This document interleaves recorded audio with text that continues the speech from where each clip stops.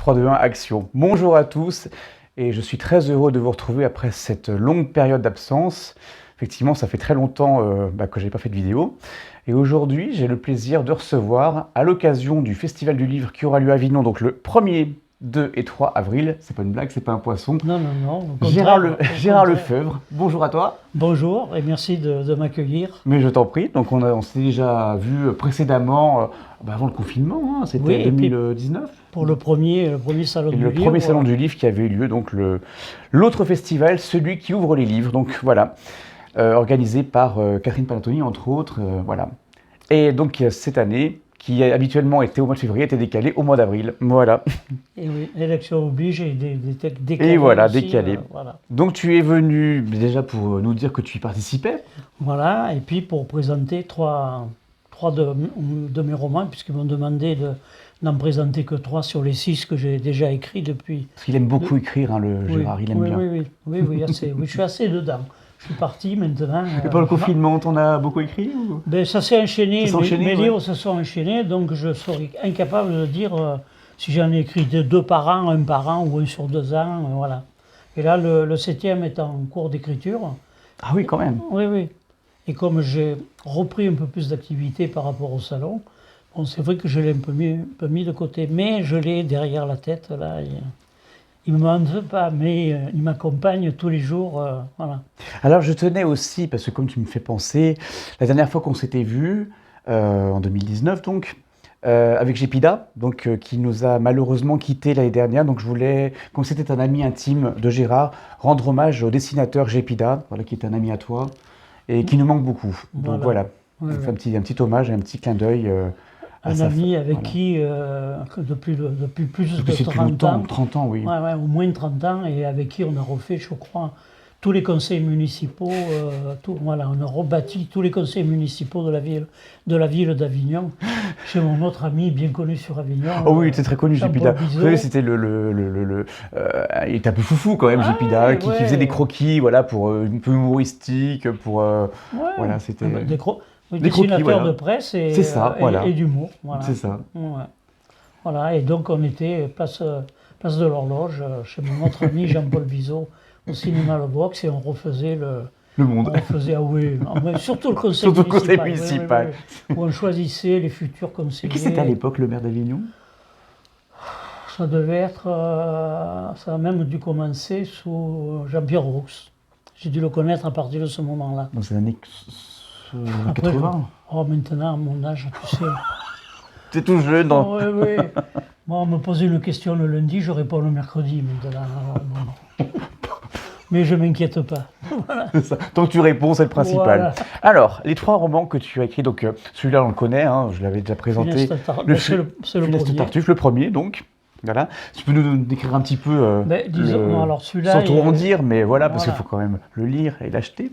Le Funès, si tu veux, il est né, j'ai eu un incident de vie qui a failli me la coûter, et dans ma période de sommeil, comme j'aime à dire, imposée par la faculté, j'ai rêvé de ce scénario, si on peut dire. Oui. Et quand je suis sorti du coma, je l'ai écrit du début à la fin, l'intrigue au milieu, enfin, et comme j'ai aussi eu une envie de parler, comme les personnages parlent de ce qui me préoccupe, entre guillemets, personnellement, c'est-à-dire la dualité humaine, le cadre de référence dans lequel on évolue, qui modifie nos comportements, le hasard, tu vois, les choses de la vie qui arrivent. Les choses de la vie qui arrivent, voilà, et le monde qui est en train un peu de s'effriter. Donc à l'époque, j'ai transféré cette partie-là sur une histoire policière à tiroir. Oui. dont j'ai souhaité qu'elle soit le plus compliquée possible pour pas on puisse découvrir le dénouement. Et c'est un ami que j'aime bien, que j'ai donné le nom de commissaire Donat, qui lui découvre la solution parce qu'il est plus intelligent que les autres. Donc ça me valorise un peu puisque c'est moi l'auteur. et en même temps, ça permet de rentrer aussi dans ce domaine-là qui est un peu discrédité, quoi. Voilà. Alors toi, t'es plus destinée ou hasard? Je dirais que, enfin, pour moi, le hasard, oui, plutôt de la destinée. Mais pour moi, le hasard, c'est des chemins qui ne sont pas faits pour se rencontrer, mais qui un jour se croisent. Ah, d'accord, tu as cette perception-là. Voilà, D'accord. je le perçois comme ça. Parce que j'ai quand même une expérience de vie assez riche et remplie, hein, parce que j'ai fait les beaux-arts, j'ai fait l'architecture, j'ai travaillé au Festival d'Avignon pour accueillir les jeunes, j'ai travaillé dans la culture, quoi, publicité, vraiment, dans la culture, dans le cinéma, enfin, etc., dans la dans le communication, cinéma, voilà. dans les arts en général, quoi. Voilà, dans les arts en général, je suis dans cette optique-là. Est-ce que tu peins ou est-ce que tu... Non. Alors ben oui, Tu peins, il me semble, il me semble que tu m'avais dit. Peint, pas Mais tu faisais un véritablement, petit mais peu de j'ai dessin beaucoup aussi. dessiné. Voilà, c'est ça. L'architecture m'a amené plutôt vers le dessin que vers la peinture. D'accord. Et donc après, voilà, donc je me suis mis à écrire ce livre. Et j'ai eu la chance, bon, j'ai enchaîné avec un second qui ne sera pas présenté là, mais qui est plus autobiographique. Donc, qui se prénomme. Il y a eu les l'an d'avant et il y aura des lendemain. C'est un jeu de mots. Un jeu de mots. Voilà. Donc, que tu présenteras également donc, au Festival du Livre.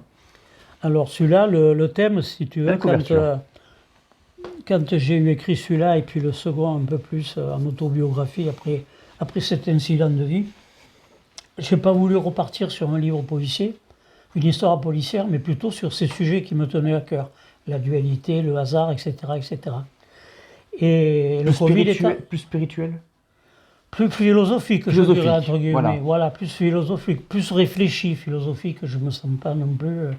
J'ai une expérience de vie, oui, qui a enrichi ma bibliothèque cérébrale, mais je ne me sens pas, si tu veux, plus philosophe que les philosophes qui ont une formation.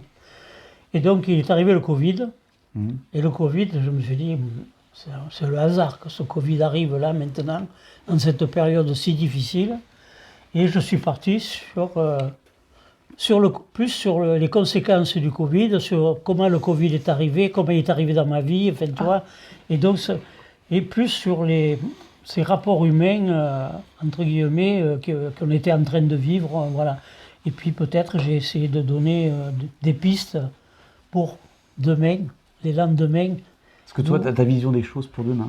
Ben oui, j'étais beaucoup plus axé sur la coopérative, la vraie. Pas celle que l'on a maintenant, c'est-à-dire des coopérateurs ensemble qui vendent des produits autour de chez eux et qui sont capables d'échanger du personnel, qui puissent aller travailler dans une entreprise régionale ou dans une autre en fonction du marché. Enfin voilà, j'étais plus, moi, dans cette... de proximité. De proximité, voilà, dans ce phénomène de proximité. Donc le l'an d'avant, cette espèce de mouvement qui était créé, et les lendemains, est-ce qu'il y aura les demain? Là est la question. Voilà, c'est... Est-ce que les deux mains se rejoindront, c'est-à-dire le monde de la finance et le monde de la santé?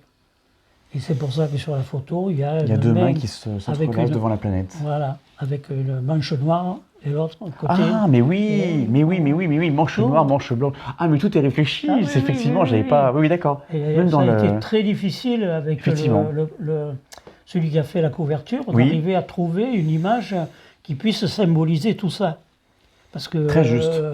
Le reste, moi j'ai fait les photos, donc ça va, c'est des lieux que je connais, j'ai pu lui faire des photos. D'ailleurs, ça se trouve où là, le funeste Tartuffe? Eh bien, on peut le trouver chez... Je veux dire, la photo, c'est où? Ah bien alors, la photo, c'est un truc extraordinaire, c'est que l'histoire se passe dans l'Ardèche. L'Ardèche? Ah oui, l'Ardèche. Voilà, mais moi j'ai pris les photos en Croatie.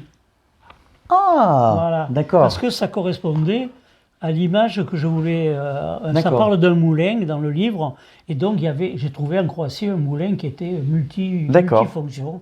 Et donc voilà, et j'ai ces amis où j'habitais avant, qui sont partis en Ardèche pour essayer de retrouver le fameux moulin que j'ai bien décrit, où il fallait passer. Ils l'ont trouvé? Non, ils l'ont pas trouvé, parce qu'il n'y en avait pas. Ah, mais ils l'ont... Ah ben ils ont suivi le chemin, parce que moi, sur les cartes, j'ai regardé les chemins pour rester dans une espèce de réalité. Parce que ça aussi, j'essaie de ne pas trop m'éloigner de la réalité. Je veux bien romancer, mais pas sur des faits. Oui, pas trop... Oui. Voilà. Pas trop envoyer les gens. J'ai une question qui n'a rien à voir, mais toi les réseaux sociaux, ta vision des choses par rapport aujourd'hui aux réseaux sociaux et à la vie de tous les jours. Mais moi, si tu veux, j'ai même fait un message récemment en disant que les réseaux sociaux, pour moi, ce n'est simplement que de présenter cette nouvelle vision de mon avenir, entre guillemets, de ce que je veux faire après la retraite et de ce que je veux faire après cet incident, c'est-à-dire d'écrire. Est-ce que tu ne penses pas que le monde devient trop virtuel quelque part et moins humaniste? Ça, c'est évident. C'est évident parce que moi, j'ai la chance d'avoir un support qui me donne la moyenne de pouvoir donner aux gens de quoi rêver ou de quoi réfléchir, ou de se poser un peu les questions sur ce que j'écris. Pourquoi j'ai un ami que j'ai jamais croisé, mais qui est un ami parce qu'on a été scout ensemble, qui m'a fait... Ah, t'as fait les scouts? Ouais. D'accord. Qui a fait, si tu veux, une étude approfondie, page par page, du contenu de mon livre. Et j'utilise des fois des mots qui m'a dit, mais même moi, je ne les connais pas. Il a fallu que j'aille. Donc, si tu veux, moi, j'ai entrepris quand même un travail de recherche, un travail approfondi, et que j'ai envie de le transmettre aussi, cet aspect-là des choses. D'accord. Pour montrer aux gens que moi, qui ne suis pas formé à l'écriture, qui n'ai pratiquement jamais lu de ma vie, parce que c'était pas mon truc. Oui. Moi, je suis plutôt, comme j'allais dire, un artisan. Artiste, voilà. Ouais, d'ailleurs, je me désigne artisan de la plume. Voilà. Très bien dit. Sur ma carte de visite, je suis un artisan de la plume, un prod auteur local. Voilà. Ou alors, des fois, je me dis pas aussi... les plumes de poule, hein, ni de faisan, mais les plumes... Voilà. Non, très bien dit. Et le troisième alors, le troisième, c'est le dernier qui est paru au mois de septembre dernier. Le mystère de la carcasse, ça fait très... Alors, je suis un randonneur. Ah, toi aussi. Suite à l'accident, je ne peux plus faire des grandes randos, mais par contre, on m'a conseillé de marcher tous les jours. Pour la santé. Pour la santé. Alors, je me suis mis à marcher tous les jours sur un circuit que je connais, dans un sens, dans l'autre. Dans quel coin tu te promènes, tiens? Au nord de Montpellier, maintenant, puisque l'accident m'a amené à vivre à Montpellier, puisque ma fille est avocate là-bas. Donc, je marche un petit village qui s'appelle Grabel. Grabel, oui. D'accord. C'est un petit village qui est connu parce que Delteil y a vécu très longtemps, le poète Delteil, comment elle s'appelle, la jeune chanteuse noire qui était arrivée en France. C'est la femme de Delteil. On a fêté son centenaire ou je ne sais pas quoi. Enfin bon. Oui, dans les années 20, qui était connue là. Oui. Les bananes autour de la ceinture, là. Oh, mince, j'ai un trou. Qui rentre au Panthéon. Et voilà. Oui, bon. Enfin bon. C'est la femme de Delteil qui l'a fait venir en France, qui était américaine. Ils vont me dire, non mais alors Bruno, mais tu ne te rappelles plus. Comment il s'appelle cette... Les années 20, Julien aide-moi, caméraman. Qui rentre au Panthéon. Qui n'y a pas très longtemps. Qui était... Margaret Thatcher, non, c'est pas ça. Margaret Thatcher.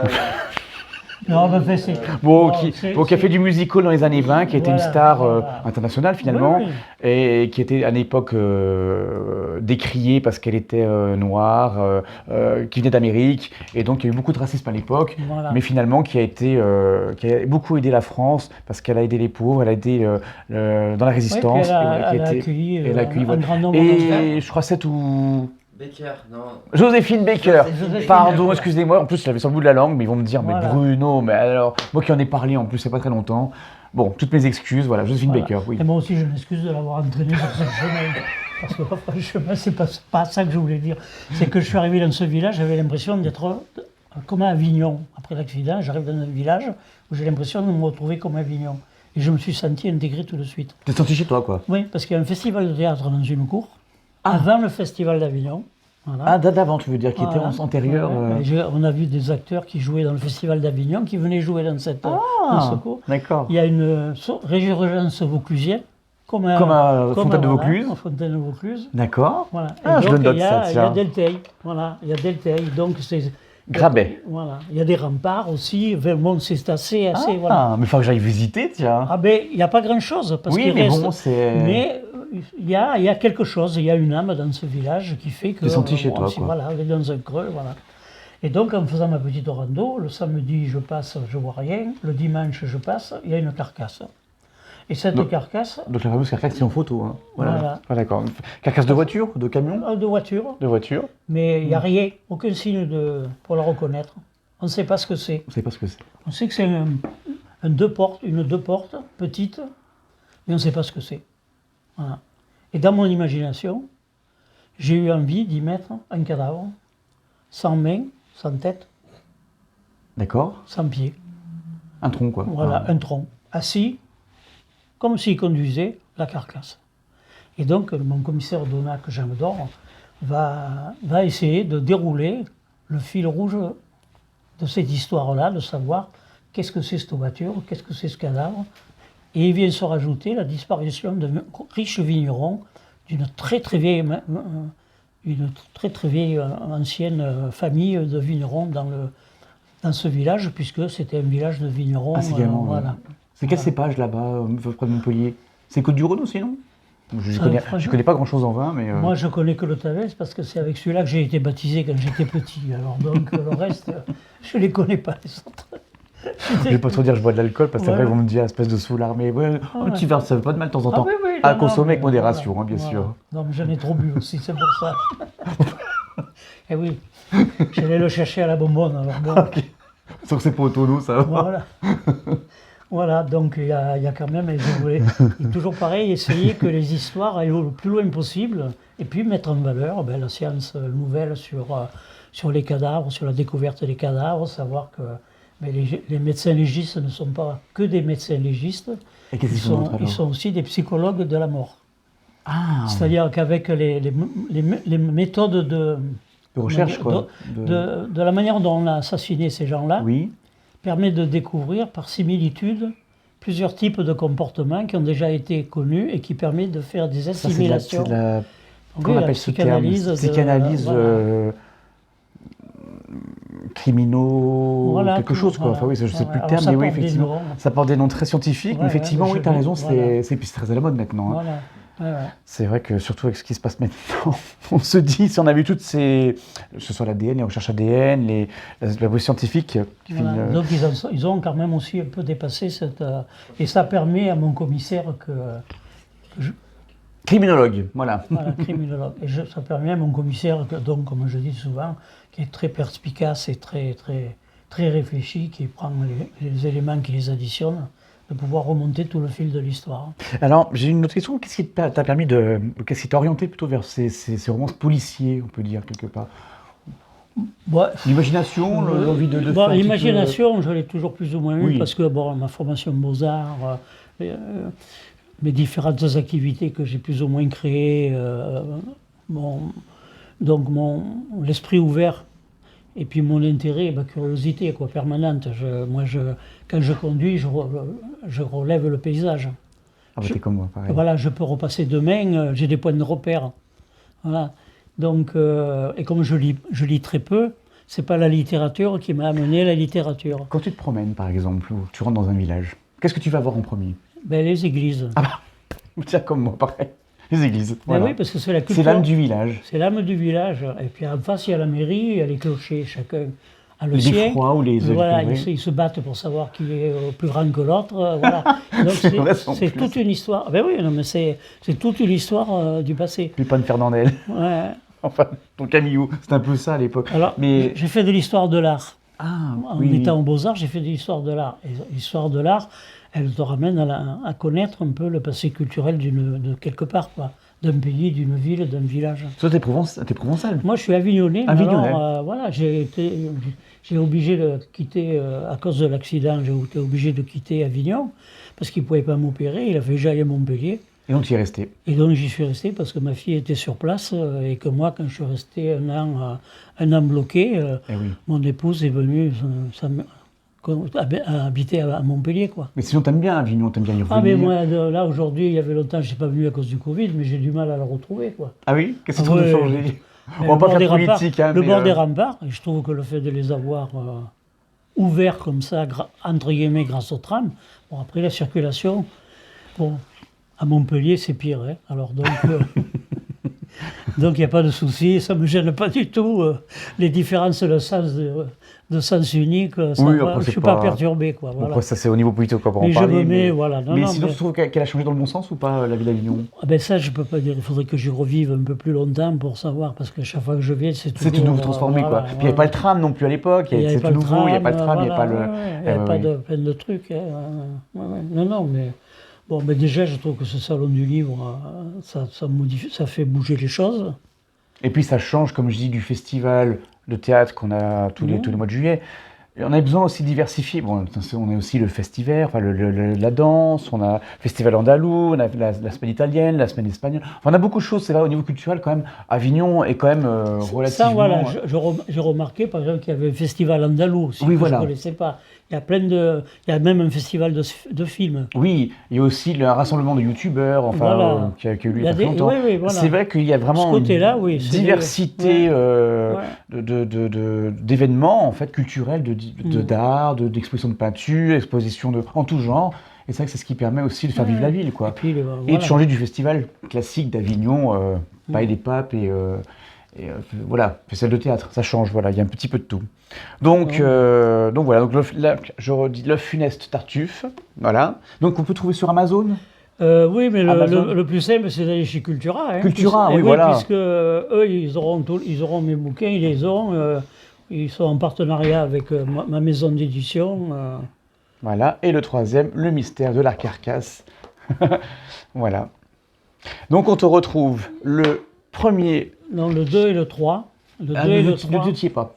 Et le premier, non, il se passe le festival commence de toute façon, c'est ça le premier. Voilà, hein. il commence le premier. Mais toi, tu seras le 2 et 3 avril, donc pour les dédicaces, à la salle Jeanne Laurent. Donc il se trouve, vous savez, quand vous êtes devant le Palais des Papes, vous prenez la petite montée qui est en direction de Notre-Dame-des-Dons, donc chez des Dons, et c'est la petite salle qui est au fond, voilà, à côté du Petit Palais, au-dessus du Petit Palais, voilà. C'est là. Donc voilà.